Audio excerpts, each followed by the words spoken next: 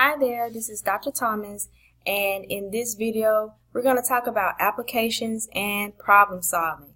So in addition to building your skills in algebra, every once in a while I want to help you see how math is used in various life situations. So for example, without solving algebraically, select what you believe to be the best answer to this following scenario in example A. Example A, Sam and Frank work at the Mercedes-Benz plant. Sam can complete a quality control tour of the plant in 3 hours, while his assistant, Frank, needs 7 hours to complete the same job. The regional manager is coming to inspect the plant facilities. So both Sam and Frank are directed to complete a quality control tour together.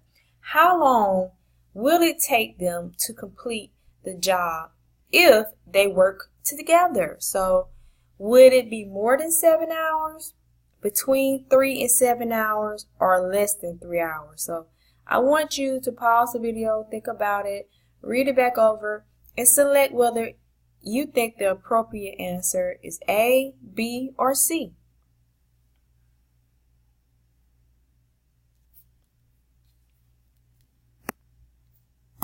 So hopefully you chose less than 3 hours. So you're correct if you chose less than 3 hours.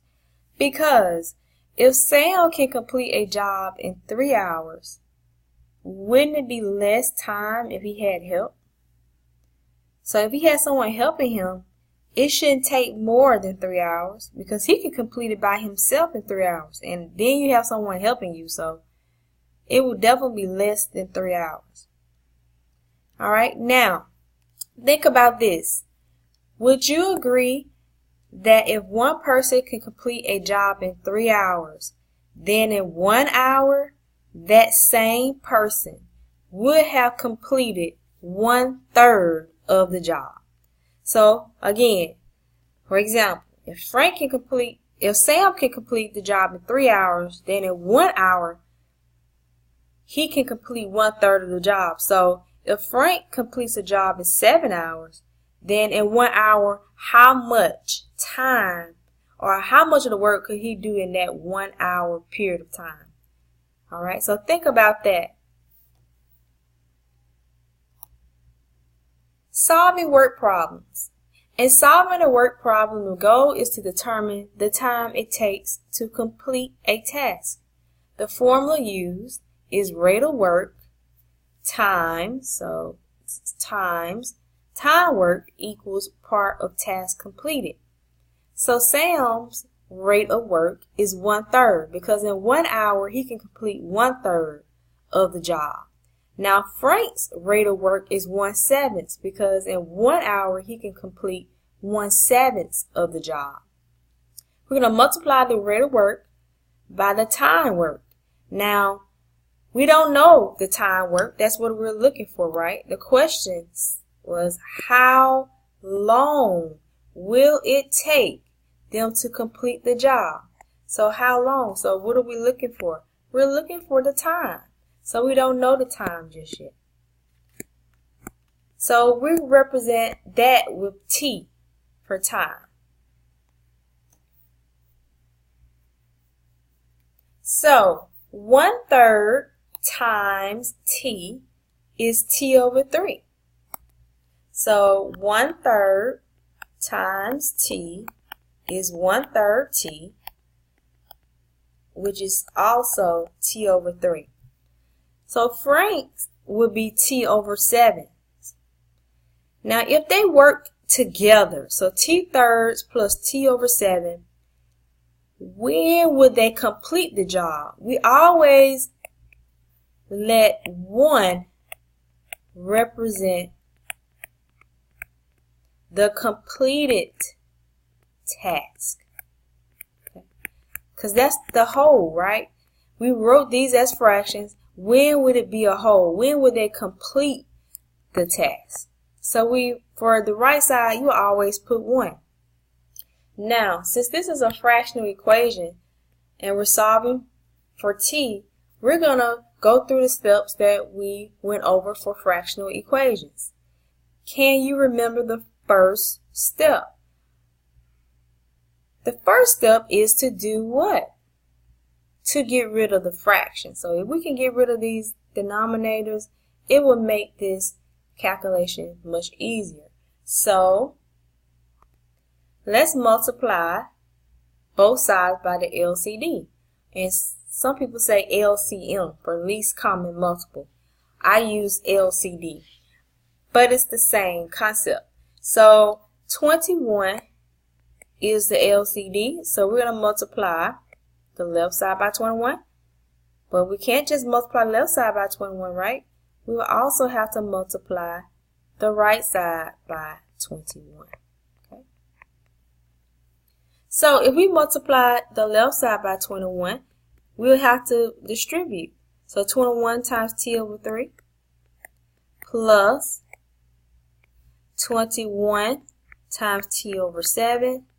And of course on the right side, 1 times 21 is just 21. Then what you can do now is cross cancel. 3 goes into 21 7 times, so that's 7t, plus 7 goes into 21 3 times, so that's 3t, equals 21. 7t plus 3t is 10t, equals 21. And then we'll divide by 10.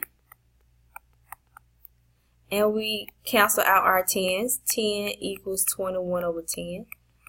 Now, what are we trying to find? We're trying to find some time, right?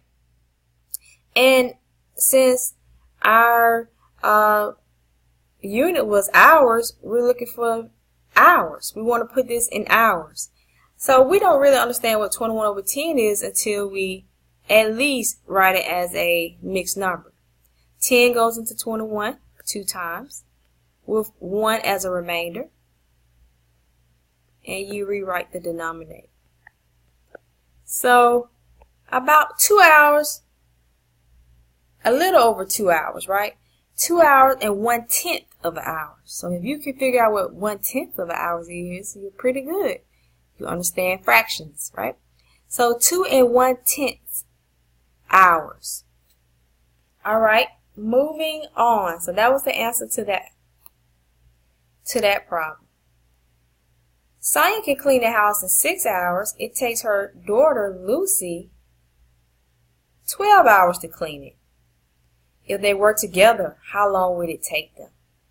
All right. So again, shouldn't it be less than 6 hours? Since if Sonia can do it by herself in 6 hours and she has help, wouldn't it be less than 6 hours? But hey, to me it makes sense. It will be less. But think about it. So again, that'll be 1 over 6 t for Sonia. Sonia can do 1/6 of the work in 1 hour. And what about Lucy? Lucy can do 1/12 of the work in 1 hour. And what do we always equal it? What represents the completed task? The whole, a whole, right? 1. All right, these are the fractions. When would we can make it a whole, a completed task? Now, of course, we proceed. We're getting rid of the fractions. And again, this is the same thing as t over 6 plus t over 12. So if you want to write it like that first, that might be best. You're going to multiply both sides by the LCD. And then you cross cancel. All right. So 12. Well, let's write it all out first. So 12 times t over 6 plus 12 times t over 12 equals 12. 6 goes into 12. 2 times, the 12s cancel out here.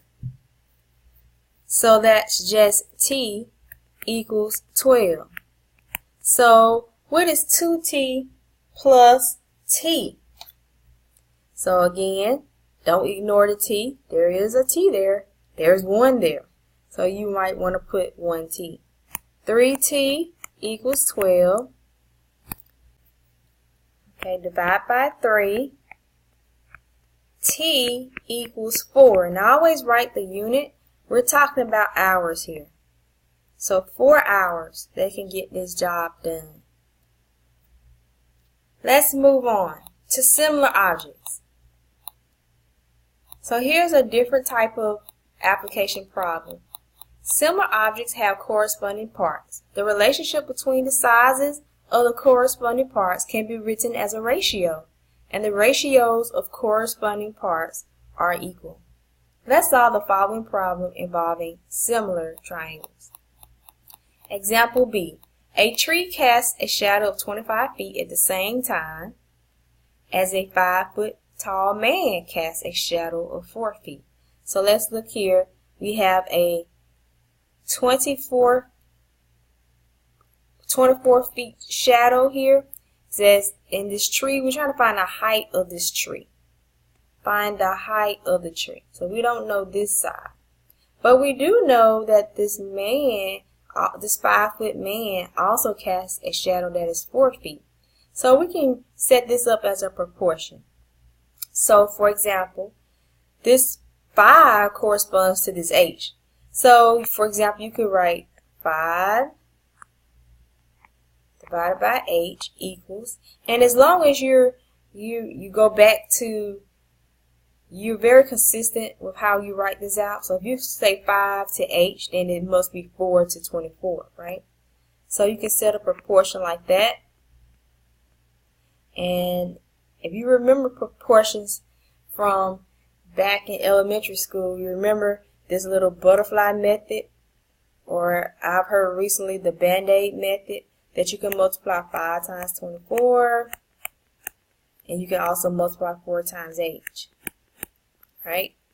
And you can figure out what 5 times 24 is. So get out your calculator and figure out what that is.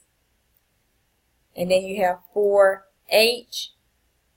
So what is 5 times 24?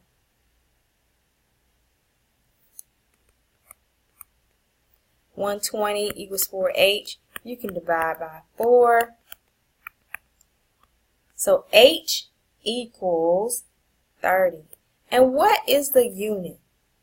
So it looks like we're dealing with feet here. So the height of the tree is 30 feet.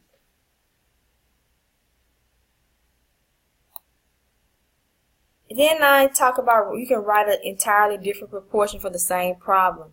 So you didn't have to go with 5 divided by h, 4. You could have gone with 5 over 4. As long as you do the same thing this way, right? It would be, if you said 5 here first over 4, then it would be h over 24, not 24 over h. And if you solve this, you'll notice that you get the same process here and you'll get the same answer. Let's go to this problem. The amount of medication prescribed for a person is directly related to the person's weight. For a 50 kilogram person, 2 milliliters of medication are prescribed. How many milliliters of medication are required for a person who weighs 75 kilograms? So for a 50 kilogram person, and you might want to write some stuff out, make sure you're writing down the right thing.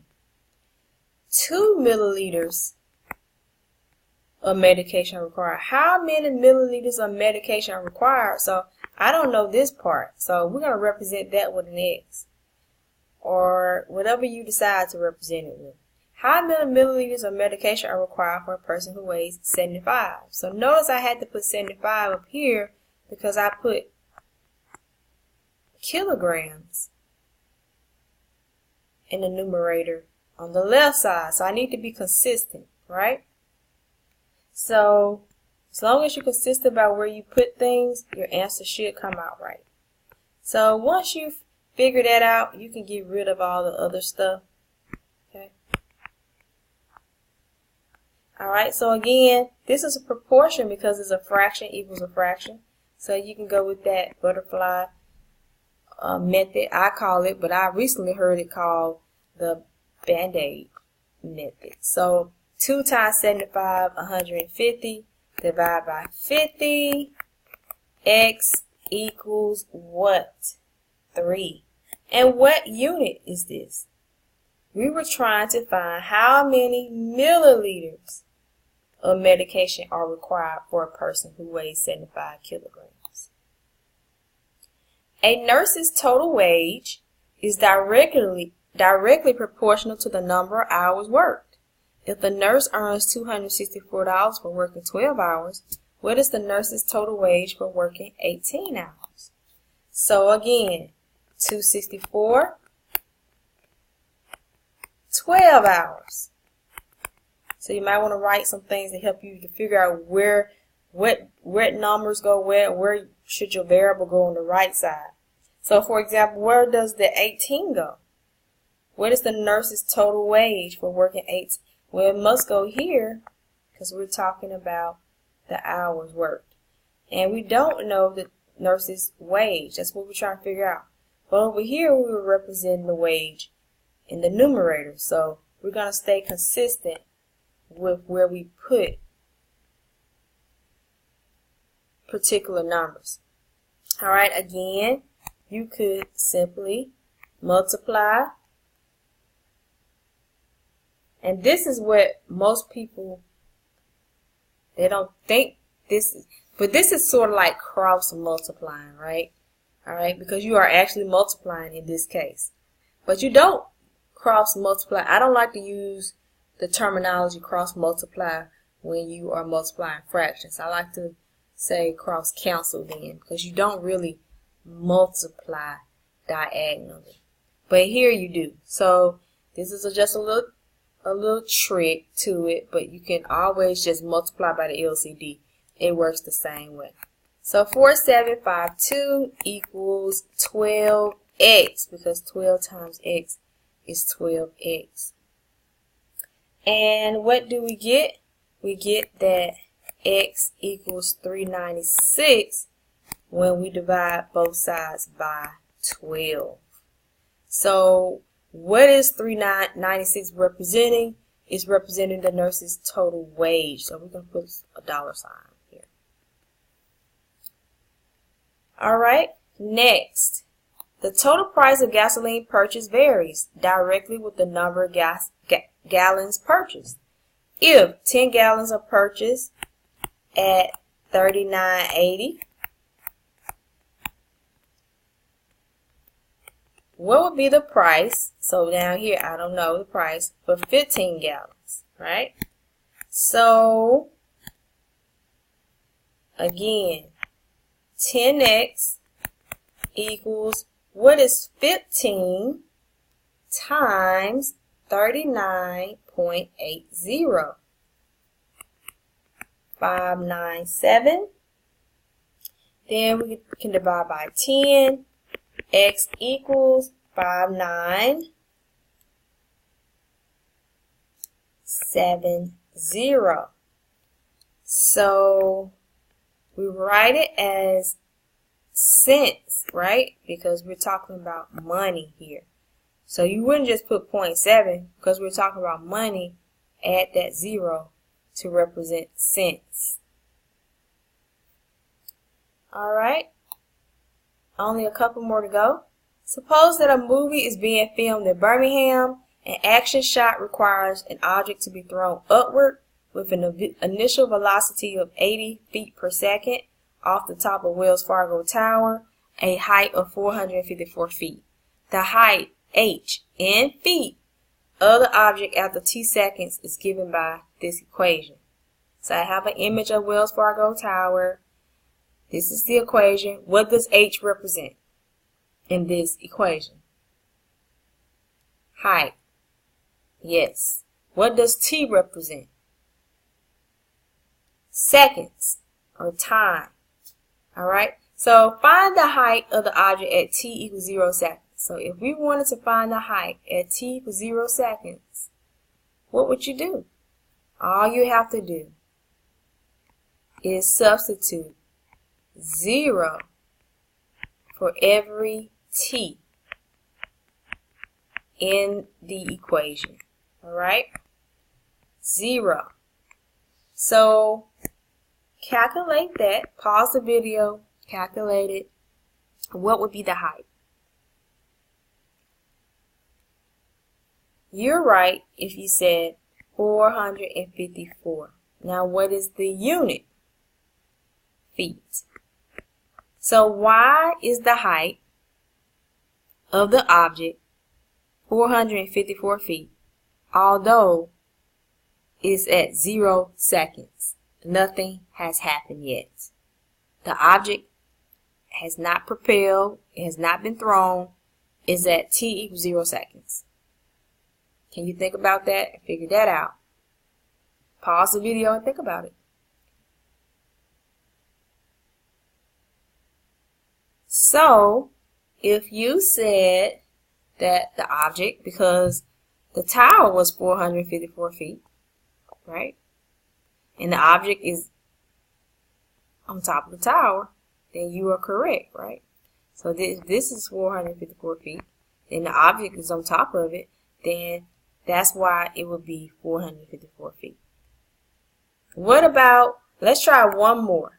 You try when t equals 2 seconds. Pause the video and figure out what is the height at t equals 2 seconds.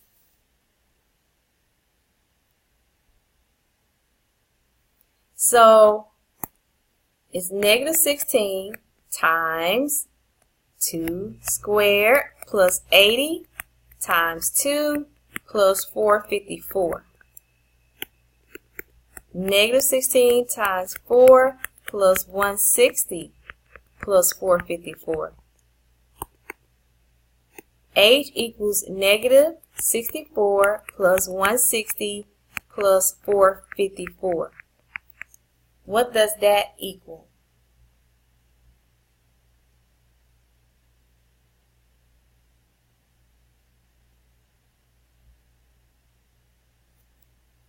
$550 feet.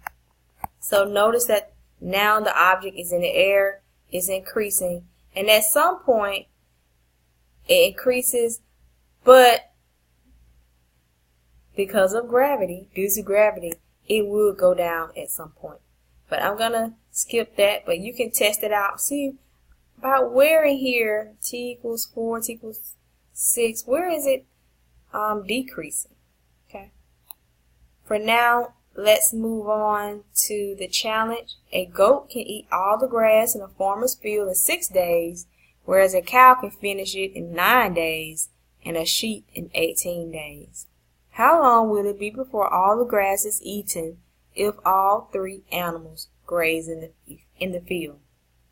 So this goes back to the first part of this lesson. And so a goat can eat all the grass in a farmer's field in 6 days. Then in 1 day, what fraction of the farmer's field can he eat, right? So again, for the goat, it'll be 1/6, right? T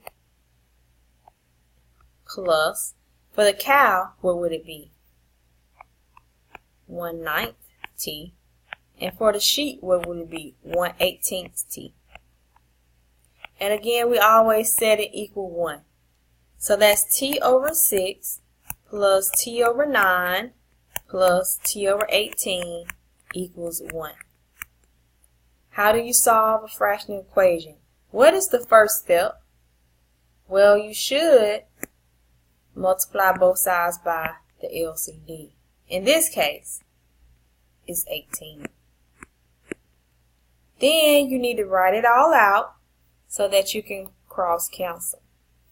So that would be 18 times T over 6 plus 18 times T over 9 plus 18 times T over 18 equals 18. So I'm going to go ahead and write that, or else we might forget it. It's not 1, it's 18 because we multiplied the LCD times 1. Now 6 goes into 18 3 times, so that's 3T. Plus 9 goes into 18 2 times, so that's 2T. Plus another T. You can put 1T to make sure you capture that T. So that's 3T plus 2T plus 1T. 5 plus 1, 6T equals 18. Divide by 6. T equals 3. 3 what? How long? So 3 days. All right, that concludes this video on applications and problem solving. I hope that it helps.